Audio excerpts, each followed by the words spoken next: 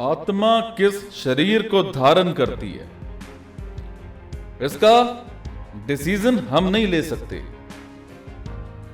हम नहीं ले सकते।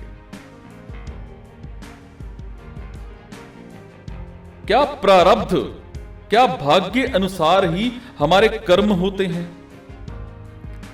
कर्म के प्रकार में 3 चीजें होती हैं। एक होता है संचित कर्म, एक होता है प्रारब्ध कर्म, एक होता है क्रियामाण कर्म। आप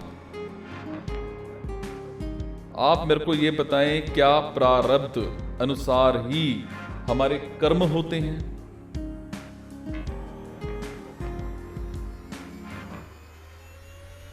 हमारा संचित कर्म अनंत मात्रा है, मतलब अगले जन्म में यही संचित कर्म में से थोड़ा सा अंश निकालकर प्रारब्ध भोगने को मिलता है। तो हमारे प्रारब्ध से किसी चीज का मिलन और वियोग निश्चित होता है, परंतु हमारा प्रारब्ध हमारे क्रियमाण कर्म को रोक नहीं सकता, परंतु उसके फल को पाने में बाधा डाल सकता है। सो क्रियमाण कर्म करने का अधिकार हमें स्वतंत्र दिया गया है, लेकिन फल भोगने में हम प्रतांत हैं। फल हमारे भाग्य अनुसार ही मिलते हैं।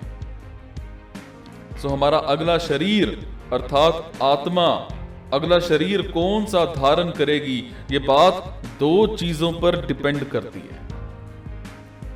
नंबर 1 संचित कर्म और नंबर 2 क्रियमाण कर्म। हम जिस व्यक्ति का चिंतन मरते वक्त करते हैं, हमें उस वस्तु का फल प्राप्त हो जाता है।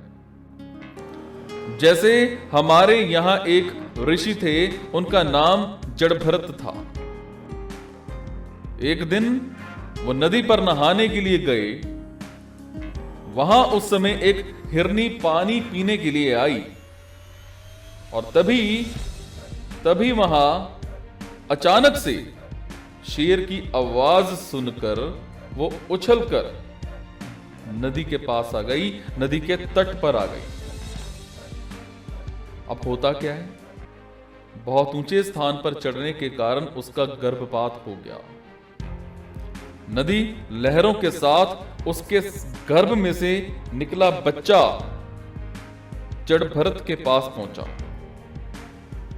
तो वो उसे अपने साथ आश्रम में ले आए। वो उसका अपने बच्चों की तरह पालन पोषण करने लगे। वो दिन रात बस उसी के चिंतन में लगे रहते। एक दिन आश्रम के पास एक हिरणों का झुंड आया। वो हिरण उन्हीं के साथ चला गया। जब वो बच्चा वापस नहीं लौटा तो जड़भरत सोचने लगे कि कहीं उसे किसी भेड़िए ने तो नहीं खा लिया। क्या वो आज जंगल से लौटेगा या नहीं? वो दिन रात बस उसी हिरण के बच्चे का चिंतन करते रहे। जब उनकी मृत्यु का समय आया तब भी वो उसी हिरण के बारे में सोचते रहे। और इसी तरह से हिरण के वियोग में जड़भरत ने अपने प्राण त्याग दिए।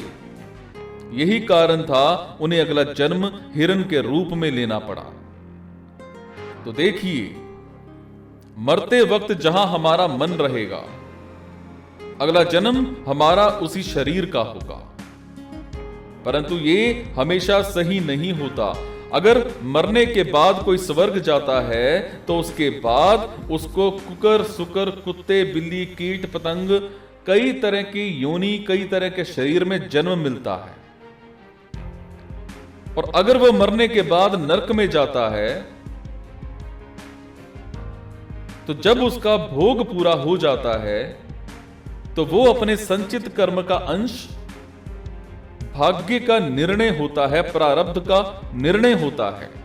फिर वो व्यक्ति अपने मरने वक्त जिसका ध्यान करता है उसे अगला शरीर वही मिलता है।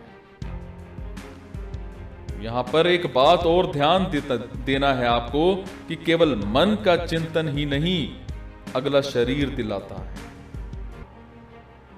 आपके संचित कर्म पर भी निर्भर करता है। क्योंकि राम गीता केवल एक बार राम ने प्रजा को उपदेश दिया था।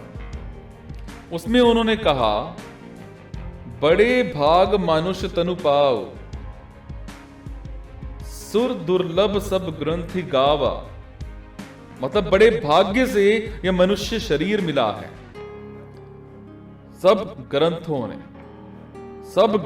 ने यही कहा है कि यह शरीर देवताओं के शरीर से भी दुर्लभ है।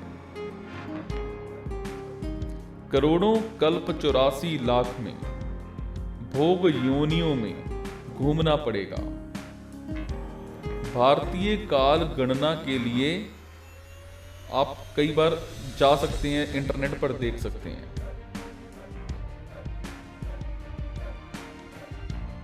तो एक कल्प नहीं, ये सर्गेषु बहुवचन कर रहा है वेद। हजारों कल्पों तक कुकर, शुकर, कीट, पतंग योनियों में दुख भोगना होगा। सो हमारा ये मानव शरीर मरने के बाद तुरंत नहीं मिल जाता है। हां, कुछ लोग जैसे भगवान के भक्त, उनके क्रियमाण कर्म अच्छे होते हैं, तो उन लोगों को कुछ ही जन्मों के उपरांत में मानव शरीर मिल जाता है, जिससे वो लोग भगवान की भक्ति में जो कमी रह गई है उसको पूरा करके भगवान के प्रेमानंद में आनंदमय हो जाते हैं।